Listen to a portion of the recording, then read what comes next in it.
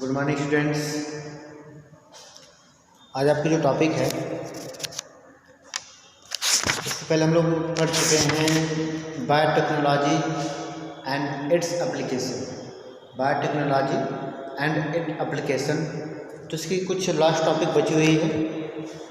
Okay, molecular diagnosis. Molecular diagnosis इसकी जो topic है, आज हम पढ़ेंगे मॉलिक्यूलर डायग्नोसिस। ओके, तो स्टार्ट करते हैं। टॉपिक है मॉलिक्यूलर डायग्नोसिस। इसमें फर्स्ट जो लाइन है, it help to solve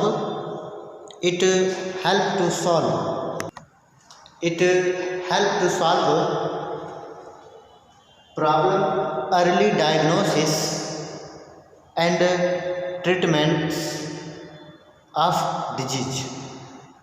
okay, NCERT में भी ये लाइन लिखी गई है कि you know that for affective treatment for disease, early diagnosis and understanding of the pathophysiology very important. Okay, ये लाइन एनसीईआरटी की भी है।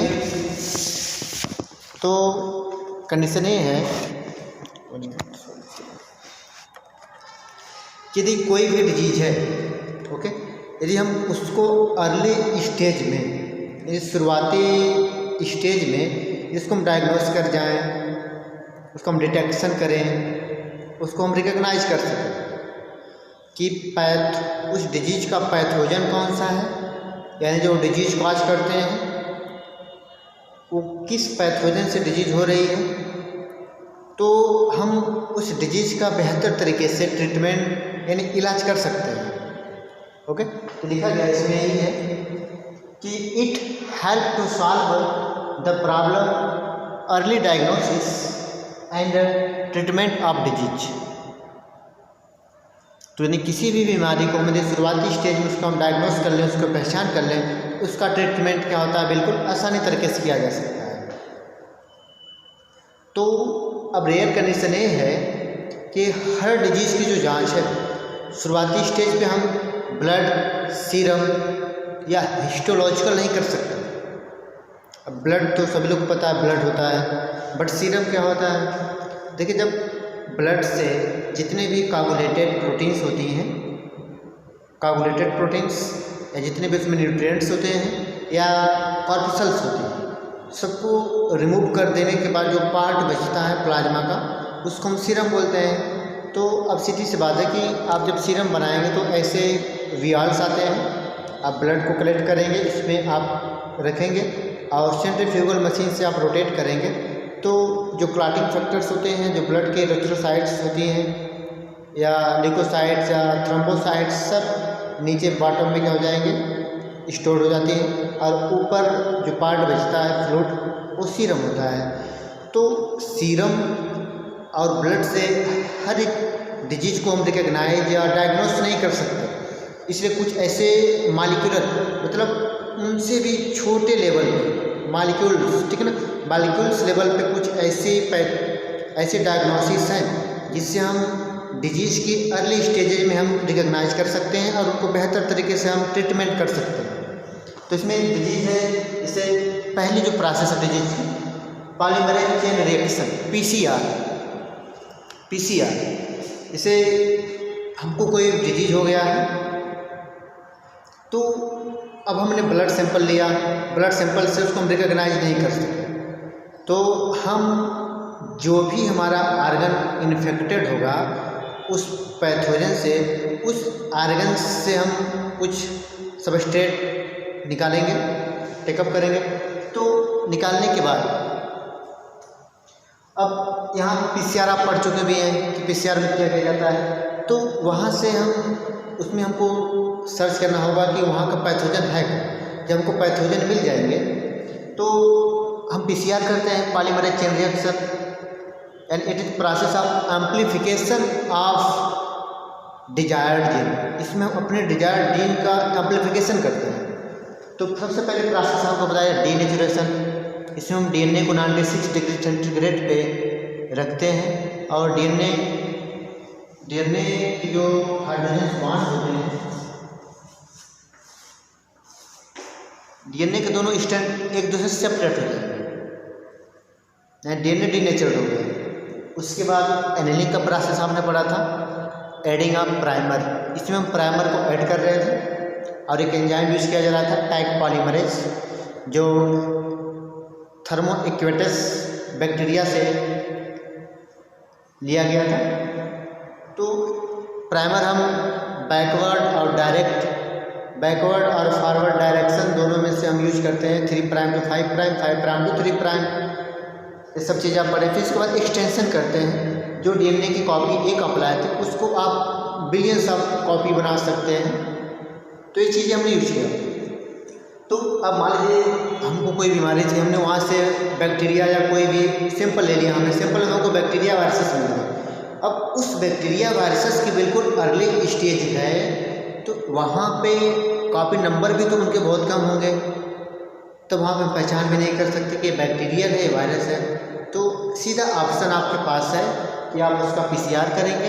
पीसीआर करने के बाद जो पैथोजन के जीन हैं उनके आप कॉपी नंबर क्या करिए, इंक्रीज करा दीजिए, बढ़ा दीजिए। आपने एक लिया, आप करोड़ों बना दिए। तो जब आप करोड़ों बना दिए तब वहाँ से हम उनकी जीन्स की स्टडी करेंगे, डीएनए का डुप्लीकेशन करा सकते हैं। फिर डीएनए से हम mRNA बना देंगे, ट्रांसक्रिप्शन के बाद ट्रांसलेशन करा देंगे। तो जो प्रोटीन जो हमारा पार्ट मिलेगा उससे हम डायग्नोज कर सकते हैं कि बैक्टीरिया है वायरस है। तो हम लिखा है कि it has been early direction of disease और pathogens, okay, by the amplification of their nucleic acid. PCR में हमने डीएनए यूज किया, तो यहाँ पे हम इनके न्यूक्लिक एसिड को यूज करके इनका हम पीसीआर करेंगे। तो इनके जेनेटिक मैटर को हम क्या करेंगे, कई गुना, यानी नंबर्स, यानी इनकी जीन के नंबर्स को हम क्या करेंगे, इंक्रीज करा देंगे। अब low concentration of pathogen bacteria viruses in blood does not allow it direction by conventional method. तो भी हम कहें कि लो जब इनका कंसंट्रेशन हमारे ब्लड में, सीरम में लो रहेगा तो इनके डिटेक्शन को हमें प्रॉब्लम होगी और इनको हम रिकग्नाइज नहीं कर सकते। इसलिए हम कोई मेथड यूज करना पड़ रहा है पीसीआर सिंपल मेथड से, कि जहाँ जिस ऑर्गन से या जो भी इन्फेक्टेड पार्ट है वहाँ से इनका आप सैंपल लें, इनमें उनका पीसीआर करें। पीसीआर करने के बाद इनकी मल्टीपल ऑफ कॉपी जीन को हम बढ़ाएंगे। फिर उसके बेस पे हम इनके डीएनए से mRNA बनाएंगे। प्रोसेस को हम पढ़ चुके हैं, okay. Transcription, after transcription translation कराते हैं तो प्रोटीन सिंथेसिस हो जाएगा। तो हमको सारी चीज़ें पता चल जाएंगी। प्रोटीन से हम पता कर सकते हैं कि हमारे बॉडी में कौन सा पैथोजन या कौन सा टॉक्सिक मैटर रिलीज किया जा रहा है, उस प्रोटीन से हम सैंपल मिला लेंगे। तो यहाँ पे पीसीआर टेक्निक कहाँ कहाँ पे यूज की जा रही है, इसमें है PCR technique can be use for the HIV suspected AIDS. HIV आपको ह्यूमन हेल्थ एंड डिजीज में लेसन ने भी पढ़ाया गया होगा आपको, ये आपको HIV पढ़ाया गया है, ओके। तो human immunodeficiency virus a ribo virus है, रेट्रो वायरस है। इससे जो डिजीज होती है AIDS, acquired immunodeficiency syndrome. Acquired मतलब ऐसे pathogens which enters out of the body, यानी जो बाहर से आके हमारे बॉडी में इंटर करते हैं, एक्वायर्ड वहाँ से लिया गया है। इम्यूनो यानी हमारे बॉडी में एक ऐसा डिफेंस सिस्टम है जो पैथोजन के अगेंस्ट हमको प्रोटेक्ट करता है। तो इम्यूनो हो गया। डिफिशियंसी मतलब इसी की कमी हो जाती है। सिंड्रोम मतलब ग्रुप ऑफ डिजीज, यानी हमारे बॉडी में जो हमारा इम्यून सिस्टम होता है जो हमको पैथोजन के अगेंस्ट प्रोटेक्शन करता है, उनके प्रति लड़ने की जो कैपेसिटी होती है वो लो हो जाती है, कम हो जाती है। तो हमें कोई भी डिजीज, ग्रुप ऑफ डिजीज मतलब बहुत सारी बीमारियां हमारे बॉडी में आ जाती हैं। ये तो पीसीआर हो गया। अब सेकेंड जो टेक्निक है, सेकेंड टेक्निक की बात किया जाए तो रिकॉम्बिनेंट डीएनए टेक्नोलॉजी, जिसको हम rDNA टेक्नोलॉजी बोल सकते हैं। आपके एनसीईआरटी का सिलेबस यही था, rDNA टेक्नोलॉजी, इसको भी हमने पढ़ा है। तो कैसे हुआ था, सब सारी चीज़ें आप जानते हैं। अब यहाँ पे सिंगल स्टैंडर्ड डीएनए ORRN ने take with a radioactive molecules called probe allowed to hybrid to its complementary DNA. Condition a है कि हम कोई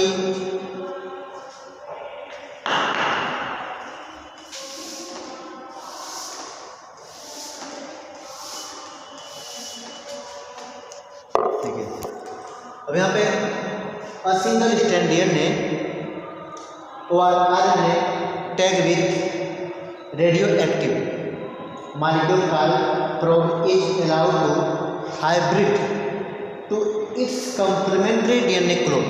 ओके, देखते हैं यहाँ पे हमको ये सिंगल स्ट्रैंड ले लें, हमको एक सिंगल स्ट्रैंड डीएनए टेक ले लिए।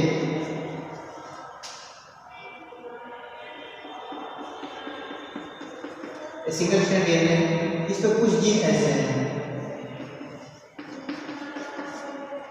एडेनिन, ग्वानिन, थामिन, साइटोसिन, इसके कुछ जीन के सीक्वेंस ऐसे हैं।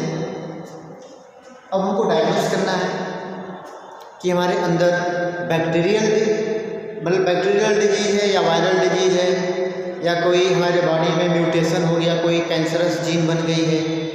तो हमको तो पहले तो हमको पता है कि हमारे डीएनए के जीन कैसे कैसे हैं। ये सारी चीज़ें हम डायग्नोस करके पहले से हमने यानी ह्यूमन जीनोम प्रोजेक्ट के थ्रू हम सारी चीज़ों को पता कर चुके हैं। तो अब हमको पता है कि हमारे बॉडी में जीन का सीक्वेंस कैसा है, कैसा डीएनए कहाँ पे प्रेजेंट है। अब हमारी बॉडी में कोई प्रॉब्लम या कोई वायरस आ गया है, उसको हमको डिटेक्ट करना है। तो हम जितने भी वायरसेस होते हैं, अब वो हमको कंफर्म करना है कि हमारे बॉडी में है या नहीं है। हमको पहले से ही पता है कि HIV वायरस हमने डीएनए की जांच कर चुके हैं कि HIV में RNA का सीक्वेंस ऐसा होगा, डीएनए कोई भी वायरस है तो हम उसके सीक्वेंस को हम पता करके रख चुके हैं। ओके, डीएनए लाइब्रेरी में सारी चीज़ें रख दी गई हैं। बस अब हमको डायग्नोस करना है कि हमारे अंदर बीमारी कौन सी है। तो यदि हमको मान लीजिए HIV पता करना है कि हमारे बॉडी में HIV है या नहीं है, तो पहले तो हम एक ऐसा रेडियो एक्टिव डीएनए तैयार करेंगे, ठीक है ना। रेडियो एक्टिव जहाँ भी रहेगा, इसके रेडिएशन से इसको हम रिकग्नाइज कर सकते हैं, पहचान सकते हैं। अब इसको हम क्या करेंगे, बॉडी में इंटर्ट करा देंगे। ये रेडियो एक्टिव डीएनए को हम क्या करेंगे, बॉडी में इंटर्ट करा देंगे। और हमको ये भी पता है कि जैसे कि कोई जो पैथोजन है उसके डीएनए का सीक्वेंस जैसे A, C है, या G हो सकता है, यहाँ पे A हो सकता है, A हो सकता है, C हो सकता है,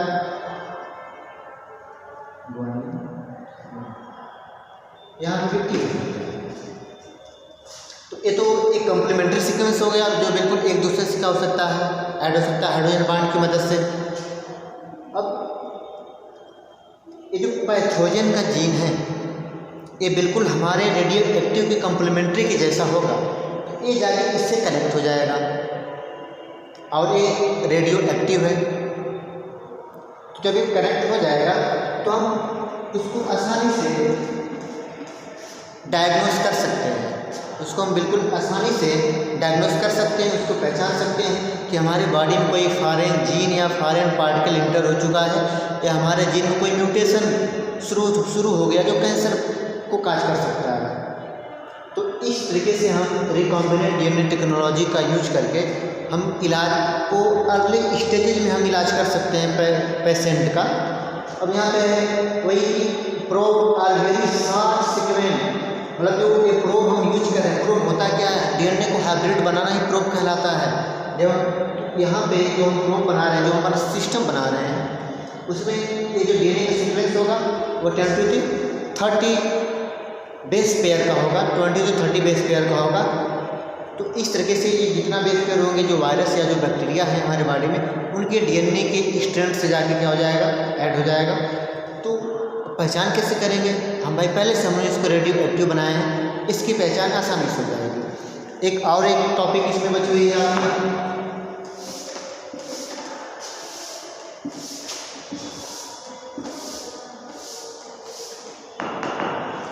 अब इसकी जो एक टॉपिक बची हुई है एलिसा टेस्ट।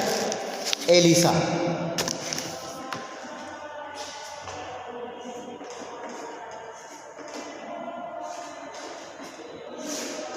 जो इस टॉपिक की जो लास्ट टॉपिक है Elisa.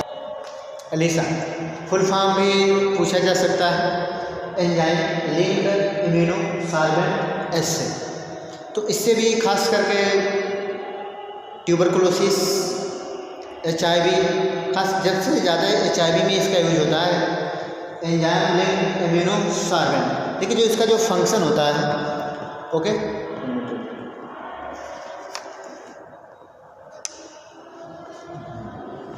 it based on the principle of antigen antibody interaction. It based on principle of antibody and antigen reaction पे क्या करता है, डिपेंड करता है। तो जैसे कोई किट है, ऐसे किट मिलती है। अब इस किट्स में पहले तो जो एलिसा टेस्ट है, इसमें भी हम सीरम का ही यूज करते हैं। सीरम में ब्लड से सैंपल लिया जाता है, सीरम ब्लड से ही बनता है। तो अब ब्लड में हमको कंफर्म करना है कि हमारे ब्लड में कोई एंटीबॉडी बन गई है, कोई पैथोजन आके हमारे बॉडी में अपनी एंटीबॉडी बना के वो रिलीज कर रहा है, तो हमारे लिए एंटीजन होगा। बट हमारे बॉडी में कोई एक्स्ट्रा एंटीबॉडी बन रही है जो हमको नुकसान करती है या हमको बीमार कर रही है, तो उसके इलाज में हम लोग ऐसी किट आती है। इस किट्स में हम HIV की जाँच कर सकते हैं। तो इसमें हम सीरम डालते हैं। सीरम डालने के बाद हमने एंटीबॉडी डाला, उसमें एंटीजन लगे होंगे, उनके बीच इंट्रैक्शन होगा। फिर इसमें हम बफर डालते हैं। इस बफर से उनके कलर चेंज होते जाते हैं। तो कलर जैसे चेंज हो जाते हैं तो हम पता कर सकते हैं कि यहाँ पे कोई ना कोई पैथोजन हमारे बॉडी में है। तो बहुत सारे ऐसी किट्स से जाँच होती है। ओके, तो ये आपके जो टॉपिक है ये मॉलिक्यूलर डायग्नोसिस के टॉपिक थे। ओके।